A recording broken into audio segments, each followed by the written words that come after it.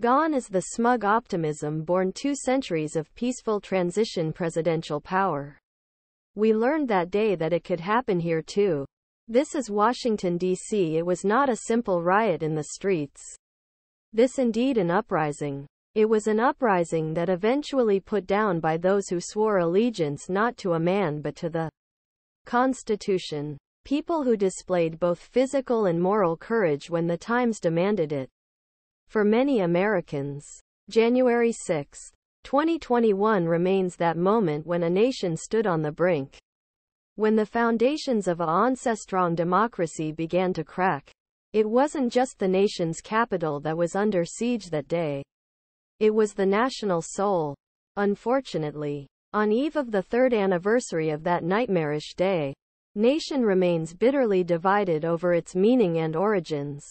This singular event has become a litmus test for the future of Donald Trump, despite his numerous accusations and gleeful comments about dictatorship, and ultimately for the future of this great experiment we call democracy. The main reason for January 6 was former President Donald Trump, whom many people follow. The committee found overwhelming evidence of what ultimately became a multi-part plan to overturn the 2020 presidential election.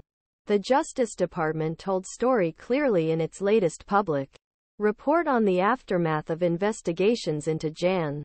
6 more than 1,237 defendants have been charged in connection with insurrection. They come from nearly all 50 states and the District of Columbia. Those who have reason to doubt the brutality of the attack need only look at some of these numbers.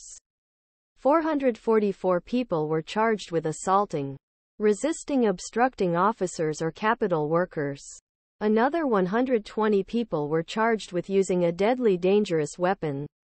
Approximately 140 police officers were attacked at Capitol on January 6, including 80 from the Capitol Police and 60 from Metropolitan Police.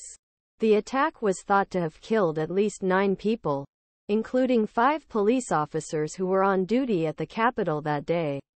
More than 327 defendants were charged with corruptly obstructing, influencing, or obstructing an official hearing, namely certification of 2020 election in Senate and presidency of Vice President Mike Pence at time.